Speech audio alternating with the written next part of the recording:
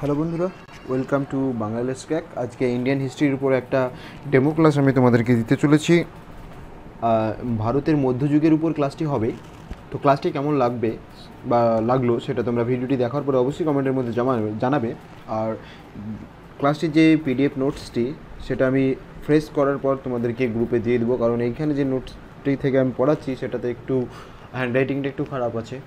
চলো, এখন তো তোমাদেরকে বোঝাবো, সো এখন এই হ্যান্ডরাইটিং খারাপে তোমাদের অসুবিধা হবে না। চলো ক্লাসটা শুরু করছি, দেখা যাক তোমাদের কেমন লাগে ক্লাসটা।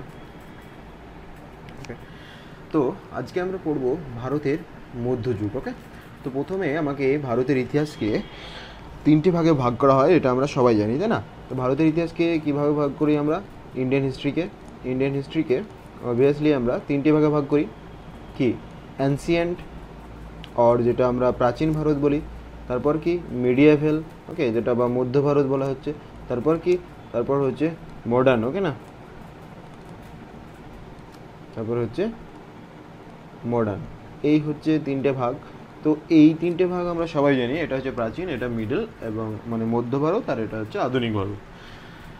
তো তোমরা জানো ডাব্লিউবিসিএসে এই দুটো থেকে 25 মার্কস আসে প্রিলিতে, আর মডার্ন থেকে আলাদাইভাবে 25 মার্কস আছে প্রিলিতে। তো সেগুলো সবাই জানো। আজকে আমরা পড়বো মিডিয়েভেলটা।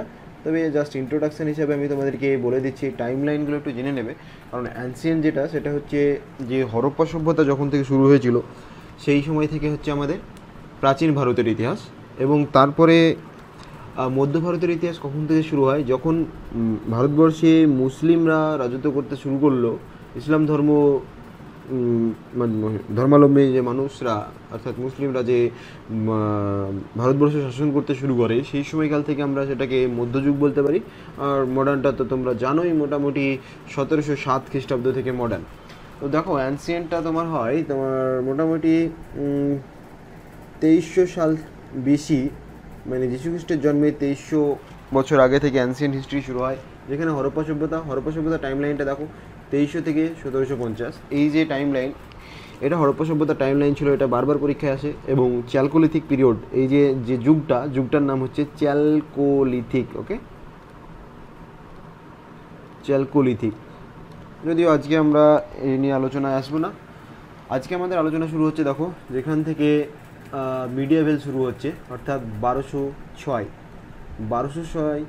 এডি। অবভিয়াসলি যীশুখ্রিস্টের জন্মের পরে 1206 খ্রিস্টাব্দ থেকে মুসলিম সাম্রাজ্য শুরু হচ্ছে ভারতবর্ষে, এবং সেই সময়কাল থেকে ভারতের মধ্যযুগের সূচনা হয়ে যাচ্ছে।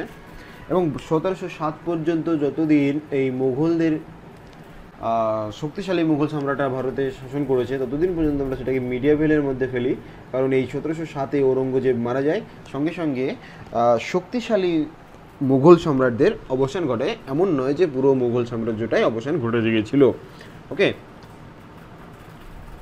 তারপরে হচ্ছে আমাদের দেখো যে মধ্যযুগটা, তার মানে আমরা কি বললাম? মধ্যযুগ হচ্ছে মুসলিমদের আগমন থেকে মধ্যযুগের শুরু। এবং আমি টাইম লাইন তোমাদেরকে বললাম যে 1206 থেকে 1707। তাহলে তোমাদের মনে একটা প্রশ্ন থাকতে পারে যে 1206 কি তাহলে প্রথম মুসলিমরা ভারতবর্ষে এসেছিল বা ভারতবর্ষে আক্রমণ করেছিল?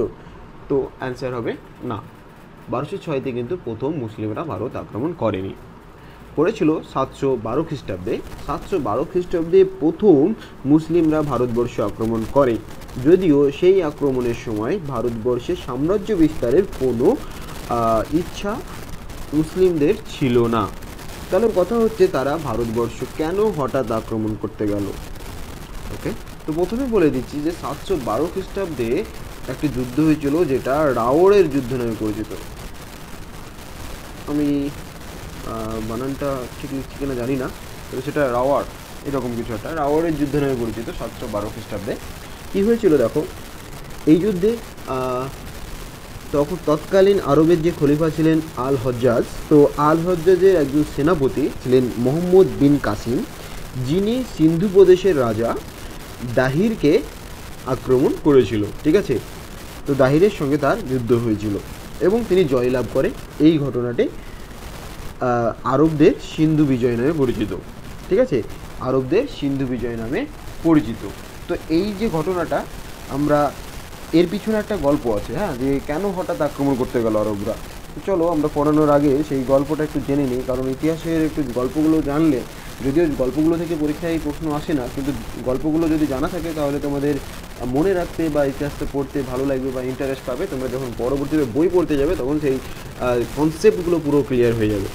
তো কী হচ্ছে, ভারতবর্ষের সঙ্গে সেই সময় আরবদের ব্যবসা বাণিজ্য চলতো। কারণ জানো যে যখন আমাদের হজরত মোহাম্মদ সাল্লাল্লাহু আলাইহি সাল্লাম, যে আরবদের ইসলাম ধর্মের প্রবর্তক বলা হয় যাকে, তিনি তারপর থেকে মুসলিমরা কি শক্তিশালী হতে থাকে এবং তারা সারা ইয়েতে বিশ্বে তারা কি ব্যবসা বাণিজ্য শুরু করতে থাকে। সেই সূত্রে তারা ভারতবর্ষের সঙ্গেও, ভারতবর্ষ বলতে তৎকালীন যে আমাদের ভারতবর্ষ, পাকিস্তান, ভারতবর্ষ, সিঙ্গল, এইসব মিলিত যে একটা দেশ ছিল, তার সঙ্গেই তারা ব্যবসা বাণিজ্য শুরু করে। তো কি হতো, এই যে যদি তুমি মনে করো যে এইখানে তো ভারত, এই যে মোটামুটি কাশ্মীর ধরো, আর এইখানে তুমি ধরে নাও পাঞ্জাব, আর এইদিকে হচ্ছে তোমার গুজরাট, এরকম আছে। এইখানে তোমাদের কি, এইখানে পাকিস্তান। তো এই জায়গাতে মোটামুটি তোমার করাচি যে বন্দরটা, তো কী হতো, এই যে ভারত এরকমভাবে যে ভারতটা ছিল, এইখানে শ্রীলঙ্কা, তো এইখান থেকে তারা ব্যবসা বাণিজ্য করতো বলতে মেনলি তারা কি করতো, যে এই রাস্তা ধরে যেত, গিয়ে এই বন্দরে তারা একটু রেস্ট করতো। তার বদলে এই যে সিন্ধু প্রদেশের রাজা কে ছিল বললাম, দাহির, তাকে কিন্তু তারা ট্যাক্স দিত। ওই বন্দরটা যেহেতু ইউজ করছে, তৎকালীন এই করাচি বন্দরের নাম ছিল দেবল, ঠিক আছে, দেবল। এই দেবল বন্দর যেহেতু তারা ইউজ করছে, সেই জন্য তারা ট্যাক্স দিত কাকে, সেই অঞ্চলে যে রাজা দাহিরকে, তাই না? তো কী হচ্ছে, একবার হয়েছিল কি, এখান থেকে তারা কি মশলা, মেনলি মশলা ভর্তি জাহাজ যেত, ঠিক আছে। তো একবার এই পুরো ভর্তি জাহাজ দস্যুরা লুট করে নিয়ে যায়। তো তার জন্য এই যে আরবের যে রাজা বা খলিফা বলতে পারো, যে আল হজ্জাজ, তিনি কিন্তু এই দাহিরকে ক্ষতিপূরণ চেয়ে বসেন, যে তোমার ওইখান থেকে জিনিসটা হারিয়েছে এবং তোমাকে আমরা ট্যাক্স দিই, তাহলে তোমার দায়িত্ব ছিল জিনিসটাকে ঠিক মতো দেখাশোনা করার, কিন্তু যেহেতু তোমার ওখান থেকে হারিয়েছে, তাই তোমাকে এখন আমাকে ক্ষতিপূরণ দিতে হবে। কিন্তু তৎকালীন দাহির, সিন্ধু প্রদেশের রাজা দাহির, এই ক্ষতিপূরণ দিতে অস্বীকার করে। আর এটাই ছিল কারণ যা বাধ্য করেছিল তোমার মুসলিমদেরকে, অর্থাৎ মোহাম্মদ বিন কাসিমকে ভারতবর্ষ আক্রমণ করতে 712 খ্রিস্টাব্দে, এবং সিন্ধু প্রদেশ আক্রমণ করে এবং সিন্ধু প্রদেশ তারা জয়লাভ করে। এই যে ঘটনা, যে গল্পটা আমি তোমাদেরকে বললাম, এই গল্পটা তোমরা জানতে পারবে চাচনামা নামক একটি গ্রন্থ থেকে। কিন্তু এটাও পরীক্ষায় আসে যে আরবদের সিন্ধু বিজয়ের কথা আমরা কোথা থেকে জানতে পারি, তখন কিন্তু অ্যান্সার আমরা করব কি, চাচনামা। ওকে, দেখো নোটসের সমস্ত কিছু কভার আছে। ওকে, যদিও নোটসটি রাফ নোটস, আমি একদম ফেয়ার নোট তোমাদেরকে প্রোভাইড করতে পারবো যদি তোমরা চাও। চলো তারপরে আমরা দেখি, আরবদের তো সিন্ধু বিজয়ের গল্প আমরা জানলাম। ওকে, আরবদের সিন্ধু বিজয়ের গল্প আমাদের কমপ্লিট। এবারে আমাদের যে ঘটনা আছে, তার যে দেখো, তারা কিন্তু আক্রমণ করলো, তাদের যে স্বার্থ সিদ্ধি হলো বা তারা যে উদ্দেশ্যে আক্রমণ করলো, তাদের সেটা লাভ হয়ে গেলো, তারা কিন্তু চলে গেলো, তারা কিন্তু ভারতবর্ষে সাম্রাজ্য বিস্তার করলো না। যে আরবদের পরে যে মুসলিমরা ভারতবর্ষ আক্রমণ করেছিল তারা হচ্ছে তুর্কি। তাহলে আরবদের পরে যে মুসলিমরা ভারতবর্ষ আক্রমণ করে তাদের নাম কি, তারা হচ্ছে তুর্কি। তো এই তুর্কি দেখো, যে আফগানিস্তানে একটা ছোট্ট রাজ্য ছিল গজনি, এই গজনি পরবর্তীতে শক্তিশালী হতে থাকে। গজনি যখন শক্তিশালী হলো, নিজেরা স্বাধীনতা ঘোষণা করে। এই স্বাধীনতা ঘোষণা করেছিল তোমার, যে সাহায্য করেছিল বা স্বাধীন গজনি রাজ্য প্রতিষ্ঠা করতে সাহায্য করেছিলেন যিনি প্রতিষ্ঠা করেছিলেন, তিনি হচ্ছেন আলপ্তগিন। কিন্তু এই আলপ্তগিন কিন্তু, তাহলে আমরা দেখলাম যে স্বাধীন গজনি রাজ্যের প্রতিষ্ঠা করেছিল আলপ্তগিন। কিন্তু প্রশ্ন এটা খুব কম আসে পরীক্ষায়, যেটা প্রশ্ন আসে সেটা হচ্ছে তুর্কিদের মধ্যে প্রথম ভারত আক্রমণ করেছিল কে, তো সেটা অ্যান্সার হবে আলপ্তগিনের জামাতা এবং তার কৃতদাস। প্রথমে কৃতদাস ছিল, পরবর্তীতে জামাতা হয় সবুক্তগিন, ঠিক আছে। সবুক্তগিনের পুত্র ছিল সুলতান মাহমুদের গল্প আমরা ঠিক একটু পরেই আমরা মাহমুদের গল্প কিন্তু পড়ব, ঠিক আছে। তারপরে দেখো, সবুক্তগিনের পরে যিনি ভারত আক্রমণ করেছিলেন তিনি হচ্ছে সুলতান মাহমুদ অ্যাকচুয়ালি ভারতকে লুট করেছিলেন এবং তিনি অনেকবার লুট করেছিলেন। তোমরা জানো সেটা 17 বার সুলতান মাহমুদ 1000 থেকে 1027 ভিতর 1000 থেকে 1027 খ্রিস্টাব্দের ভিতর 17 বার ভারতবর্ষ আক্রমণ করে। তো সুলতান মাহমুদের যদি আমি সুলতান বংশটা বলি, তাহলে সুলতান মাহমুদ অ্যাকচুয়ালি বাগদাদের খলিফার কাছ থেকে ইয়ামিন উদ দৌলা উপাধি পেয়েছিলেন। কি উপাধি পেয়েছিলেন? ইয়ামিন উদ দৌলা এই উপাধি কিন্তু পেয়েছিলেন। তার জন্য তার সাম্রাজ্যকে ইয়ামিনী বংশ বলা হয়। আর একটা জিনিস তোমাদেরকে বলে দিচ্ছি, সেটা হচ্ছে সুলতান মাহমুদের সভাকবি ছিলেন উদবি। সুলতান মাহমুদের সভাকবির নাম হচ্ছে উদবি। তার লেখা বইটি খুবই ইম্পর্টেন্ট, কারণ তার লেখা বই থেকে আমরা এই ঘটনাগুলো জানতে পারবো। তার লেখা বইটির নাম হচ্ছে কিতাবুল ইয়ামিনী। কিতাবুল ইয়ামিনী, যেহেতু ইয়ামিনী বংশ সেই জন্য এই বইয়ের নাম হচ্ছে কিতাবুল ইয়ামিনী। ওকে, তো সুলতান মাহমুদ তাহলে অ্যাকচুয়ালি দেখো কত খ্রিস্টাব্দ থেকে 1000 থেকে 1027 ভিতর 17 বার ভারত আক্রমণ করে। তো প্রতিবার ভারত আক্রমণে তিনি বারবার বিভিন্ন জায়গা, বিভিন্ন মন্দির লুণ্ঠন করেছেন। সেখান থেকে সোনা, রূপো, ধনরত্ন এদেশ থেকে তাদের দেশে নিয়ে গেছে। ওকে, তো প্রথমবার ভারত আক্রমণ করেছিল 1001 খ্রিস্টাব্দে, এবং প্রথমবার তিনি ওই পাঞ্জাব দিয়ে, যখনই আমরা দেখব যে বাইরে থেকে যখনই কেউ আক্রমণ করে, মেনলি এই যে পাঞ্জাব, মোটামুটি এই রাস্তাটা দিয়েই কিন্তু তারা আক্রমণ করে। তাহলে পাঞ্জাব দিয়ে যখন তিনি আক্রমণ করছেন, তখন পাঞ্জাবের সেই তৎকালীন রাজা জয়পালের সঙ্গে তার যুদ্ধ হয়, এবং এই যুদ্ধটার নাম ওয়াহিন্দের যুদ্ধ। কিসের যুদ্ধ? ওয়াহিন্দের যুদ্ধ। 1001 খ্রিস্টাব্দে ওয়াহিন্দের যুদ্ধতে জয়পালের সঙ্গে যুদ্ধ করেন এবং জয়পালকে হত্যা করেন, এবং এটাই তার প্রথম লুণ্ঠন। ঠিক আছে, এই প্রথম লুণ্ঠনটা একটু পড়বে। আর একটু যেটা পড়বে সেটা হচ্ছে গুজরাটের সোমনাথ মন্দিরকে তিনি ধ্বংস করেছিলেন বা লুণ্ঠন করেছিলেন। এটা হচ্ছে তিনি 16তম অ্যাটাকে এই মন্দিরটা, গুজরাটের সোমনাথ মন্দিরটা লুণ্ঠন করেছিলেন। এবং সালটা তুমি মোটামুটি, যেহেতু 17 বার করেছে, তাহলে লাস্টের আগে, তাহলে মোটামুটি 1027 তিনি শেষবার করেছেন, তাহলে মোটামুটি 25 থেকে 26 তুমি ধরে নিতে পারো, এবং সেটা তাই 25 থেকে 26। আর তিনি কনৌজ নগরীকে কিন্তু সুলতান মাহমুদ ধ্বংস করেছিল। তাহলে সুলতান মাহমুদের 3টে লুট আমরা পড়ব। এক হচ্ছে প্রথম লুট, যেটা ওয়াহিন্দের যুদ্ধ, জয়পালকে হত্যা করে। তারপরে আমরা পড়ব যে 16তম যুদ্ধে গুজরাটের সোমনাথ মন্দির লুণ্ঠন করেছিলেন। আর একটা পড়ব যে কনৌজ নগরী ধ্বংস করেছিল কে, তার অ্যান্সার হবে সুলতান মাহমুদ। যেহেতু সুলতান মাহমুদ বারবার এরকমভাবে অ্যাটাক করতে থাকে এবং বারবার অ্যাটাক করতে থাকে এবং বিভিন্ন মন্দির ধ্বংস করতে থাকে, তো সেই জন্য তাকে কি বলা হয়? তাকে বাদশিকান বলা হয়। এই নামটা ইম্পর্টেন্ট, যে বাদশিকান কাকে বলা হয়। দেখো এইখানে আমি লিখে দিয়েছি, তাকে বাদশিকান বলা হয়। তো সুলতান মাহমুদ কি বলা হতো? বাদশিকানের যদি আমরা অর্থ করি, তাহলে আমরা পুরোটা বুঝে যাবো যে তাকে বাদশিকান কেন বলা হতো। কারণ বাদশিকান কথার অর্থ হচ্ছে মূর্তি ভঙ্গনকারী। আর কিন্তু তোমাদেরকে বলতে হবে না যে সুলতান মাহমুদকে কেন বাদশিকান বলা হতো। ওকে, সুলতান মাহমুদ থেকে আপাতত এইটুকুই পড়ার ছিল। এবার সুলতান মাহমুদের সঙ্গে একজন বিশিষ্ট লোক সুলতান মাহমুদের সঙ্গে ভারতবর্ষে এসেছিল, সেটা আমাদেরকে খুবই মনে রাখতে হবে। সেই লোকটার নাম হচ্ছে আলবেরুনির নাম তোমরা সবাই শুনেছো, কারণ আলবেরুনি থেকে তোমাকে প্রথম যেটা পড়তে হবে যে আলবেরুনি কার সঙ্গে কবে ভারতে এসেছেন। আলবেরুনি যখন বারবার সুলতান মাহমুদ ভারত আক্রমণ করছে, তার এই মাঝে একবার আক্রমণের সময় সুলতান মাহমুদের সঙ্গে এই বিশিষ্ট লোকটি এসেছিলেন। সুলতান মাহমুদ যখন 1017 খ্রিস্টাব্দে ভারত লুণ্ঠন করতে আসছে, তার সঙ্গে আলবেরুনি ভারতে প্রবেশ করে, এবং 10 বছর ছিল, 1017 থেকে 1027 পর্যন্ত 10 বছর তিনি ভারতে ছিলেন। একটা বই লিখেন, সেই বইটির নাম হচ্ছে তহকিক-ই-হিন্দ। এটা ইতিহাসে খুব একটা গুরুত্বপূর্ণ উপাদান। এই বই থেকে আমরা অনেক কিছু জানতে পারি ভারতের ইতিহাস সম্পর্কে। তাহলে আলবেরুনি থেকে কি পড়বে? আলবেরুনি সুলতান মাহমুদের সঙ্গে 1017 খ্রিস্টাব্দে ভারতে আসে এবং 10 বছর ভারতে থেকেছিল। তার লেখা বইয়ের নাম হচ্ছে তহকিক-ই-হিন্দ। আর কি পড়বে? আলবেরুনির বাড়ি কোথায় ছিল? আলবেরুনির বাড়ি ছিল মধ্য এশিয়ার খিবা বা খোয়ারিজম বলে একটা প্রদেশ ছিল।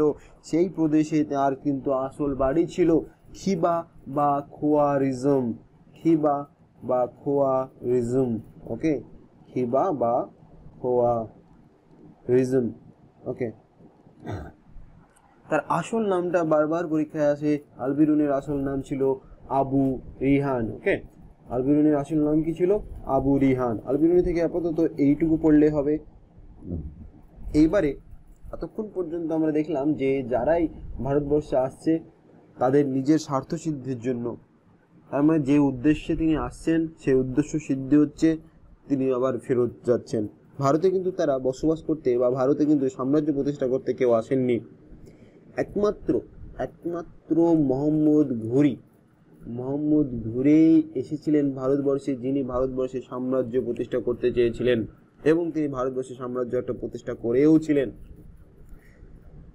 তো মোহাম্মদ ঘুরির সময়কালটা দেখো, 1175 থেকে 1206।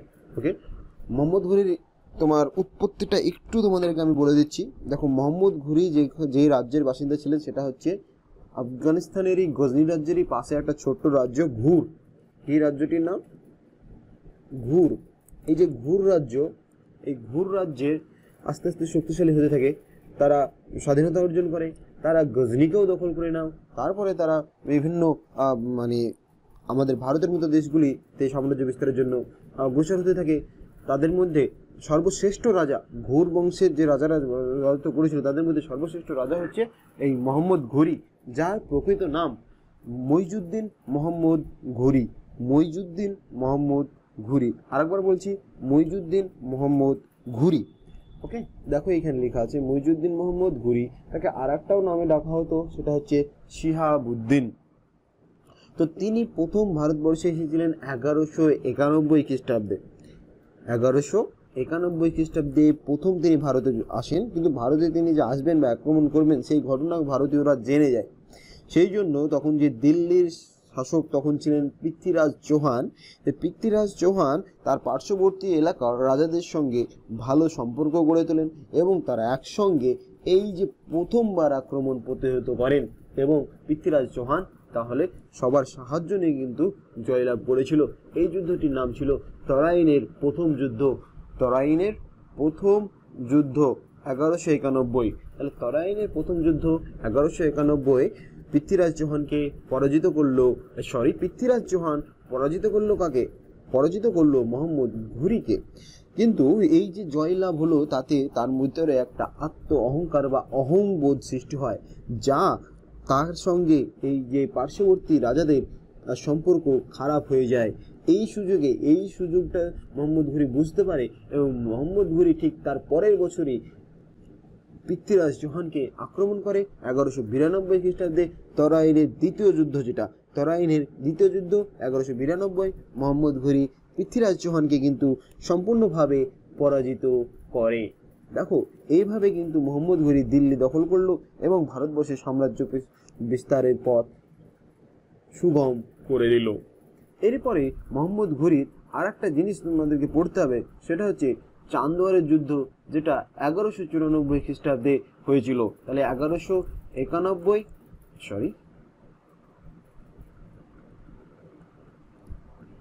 তাহলে আমরা পড়বো 1191, আর পড়বো 1192 এবং তারপরে আমরা পড়বো 1194। এই টাইমটা আমরা পড়বো। 1194 যেটা হয়েছিল সেটা সেই যুদ্ধটার নাম হচ্ছে চান্দোয়ারের যুদ্ধ। সেটা কৌনজের নরপতি জয়চন্দ্রকে পরাজিত এবং নিহত করেছিল। তাহলে এই তিনটে যুদ্ধ আমি আরেকবার রিপিট করে দিচ্ছি তোমাদের জন্য। প্রথমটা হচ্ছে তরাইনের প্রথম যুদ্ধ, যেখানে মোহাম্মদ ঘুরি পৃথ্বীরাজ চৌহানের কাছে পরাজিত হয়। তারপরে তরাইনের দ্বিতীয় যুদ্ধ 1192, যেখানে মোহাম্মদ ঘুরিকে সম্পূর্ণরূপে পরাজিত করেছিল, মোহাম্মদ ঘুরি পৃথ্বীরাজ চৌহানকে সম্পূর্ণরূপে পরাজিত করেছিল। 1194 কৌনজ রাজ জয়চন্দ্রকে পরাজিত করলো। ঠিক আছে, এইভাবে কিন্তু ভারতবর্ষে প্রথম মুসলিম সাম্রাজ্য গড়ে উঠল মোহাম্মদ ঘুরির হাত ধরে। এখানে একটা কথা তোমাদেরকে বলতে হয়, সেটা হচ্ছে পৃথ্বীরাজ চৌহানের একটা প্রেম কাহিনী ছিল, যে প্রেম কাহিনীটা তারই সভাকবি চাঁদ বরদাই তিনি লিখে গিয়েছিলেন। সেটা হচ্ছে পৃথ্বীরাজ রাসো। কোনো একদিন তার এই প্রেম কাহিনীটি তোমাদেরকে শোনানো যেতে পারে। খুব ইন্টারেস্টিং, খুবই ইন্টারেস্টিং, কারণ সেখানে সেই রাজপুত্রের মতো তিনি যাবেন এবং তার হিরোইনকে নিয়ে আসবেন। অনেক অনেক গল্প আছে এর ভিতরে, সেগুলো অন্য একদিন আলোচনায় আসবো। যদি তোমরা চাও তাহলে আমি সেগুলোও তোমাদেরকে পরবর্তীতে কোনো ক্লাসে গল্পগুলো শোনাবো। ওকে, তো কি হচ্ছে, যখন মোহাম্মদ ঘুরি এইভাবে বিভিন্ন প্রায় উত্তর ভারতটা প্রায় দখল করার পরে তিনি দেশে ফিরে যান। তো তিনি যখন দেশে ফিরে যাচ্ছেন সেই সময় তার বিশ্বস্ত অনুচর তাকে এই বিজিত স্থানগুলো শাসন করার জন্য দিয়ে যান, এবং তার নাম ছিল, আমরা সবাই জানি, কুতুবউদ্দিন আইবক, যিনি ভারতবর্ষে সুলতানি যুগের শুরুয়াত করবেন। এটা আমরা পরের ক্লাসে জানবো যে কুতুবউদ্দিন কিভাবে সুলতানি যুগের শুরুয়াত করলো ভারতবর্ষে। তো আমি এই ক্লাসে যেটা বলবো সেটা হচ্ছে মোহাম্মদ ঘুরি যে অঞ্চলগুলো জয়লাভ করলো সেই অঞ্চলগুলোর দায়িত্ব কার উপর দিয়ে গেলেন? তার সেনাপতি কুতুবউদ্দিনের উপর দিয়ে গেলেন। অপর ক্ষেত্রে তার আরেক সেনাপতি ছিলেন, কি ছিল? হ্যাঁ, বখতিয়ার খলজি। তো বখতিয়ার খলজিকে তিনি বলেন যে পূর্ব দিকে অগ্রসর হও এবং বাংলা প্রদেশকে জয় করার জন্য। তো বখতিয়ার খলজি তখন বাংলা জয়ের উদ্দেশ্যে অগ্রসর হচ্ছেন। এই সময় একটা ভালো গল্প আছে। তো তিনি বিহারের ঔদন্তপুরী বলে একটা যে বিশ্ববিদ্যালয় ছিল, সেই বিহারের ঔদন্তপুরী বিশ্ববিদ্যালয়ের কাছে এসে পৌঁছান এবং তিনি ভুল করে বসেন যে এটাই হয়তো তিনি বাংলায় পৌঁছে গেছেন, এটা বাংলার রাজপ্রাসাদ ভেবে এই ঔদন্তপুরী আক্রমণ করেন এবং ঔদন্তপুরীকে ধ্বংস করেন। ঠিক আছে, কিন্তু পরবর্তীতে বুঝতে পারেন যে এটা বাংলা নয়, এটা একটা বিশ্ববিদ্যালয় ছিল। তিনি পরবর্তীতে আবার বাংলায় অগ্রসর হয় এবং বাংলার রাজা তখন তিনি লক্ষণ সেনকে সম্পূর্ণভাবে পরাজিত করে কিন্তু বাংলাও তিনি দখল করেন। ঠিক আছে,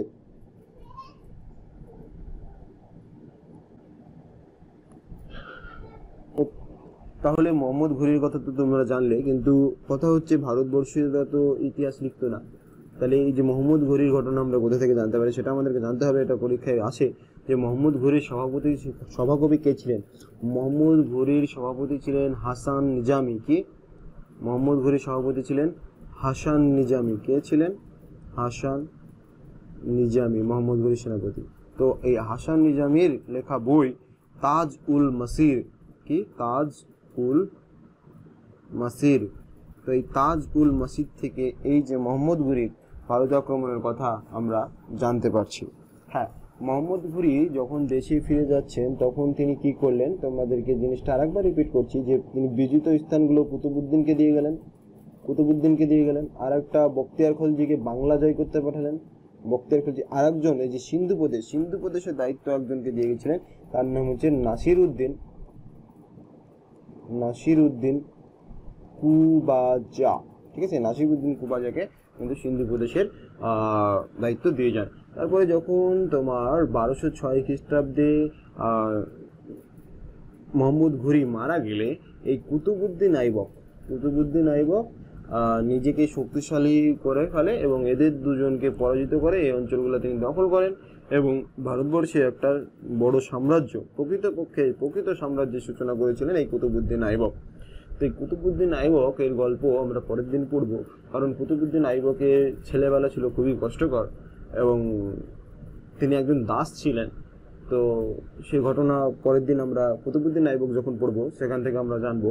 এবং কুতুবউদ্দিন আইবকের সময় থেকে শুরু হয় দাস বংশ এবং সুলতানি যুগের সূচনা এবং সুলতানি যুগের যে প্রথম তোমার বংশ যারা রাজত্ব করেছিল সেটা হচ্ছে দাস বংশ। সেই দাস বংশ প্রতিষ্ঠা করেছিলেন এই কুতুবউদ্দিন আইবক 1206 খ্রিস্টাব্দে। ঠিক আছে, আজকে ক্লাস এতটুকুই। তোমরা অবশ্যই আমাকে কমেন্ট করে জানাও যে ক্লাসটি কেমন লাগলো, আর এই নোটটি যদি তোমাদের উপকারী বলে মনে হয়, পিডিএফটি যদি পেতে চাও তাহলে আমাদের গ্রুপে অ্যাড হয়ে যাও, হোয়াটসঅ্যাপ গ্রুপে অ্যাড হয়ে যাও। গ্রুপের লিঙ্ক ডিসক্রিপশানে দেওয়া আছে। হোয়াটসঅ্যাপ গ্রুপে অ্যাড হয়ে গিয়ে সেখানে আমাকে একটা মেসেজ করে দেবে, আমি তোমাদেরকে প্রোভাইড করে দেবো একটা ফ্রেশ নোট। এই নোটটাকে আবার ফ্রেশ করে তোমাদের কাছে আমি প্রোভাইড করে দেবো। আর এরকম ক্লাস যদি তোমরা আরও পেতে চাও তাহলে অবশ্যই কমেন্ট করে জানাও, কারণ এটা ছিল ডেমো ক্লাস। তোমরা যদি বলো যে ক্লাসটি ভালো লাগছে বা অবভিয়াসলি কিছু তোমাদের উপকারে লাগছে তাহলে তোমরা কমেন্ট করে জানাবে, আর বন্ধুদের সঙ্গে শেয়ার করবে। আর চ্যানেলটি যদি সাবস্ক্রাইব না করে থাকো তাহলে চ্যানেলটি সাবস্ক্রাইব করবে, আর ভালো লাগলে অবশ্যই একটা লাইক দিয়ে দেবে। চলো আজকের জন্য এই পর্যন্তই। Thanks for watching.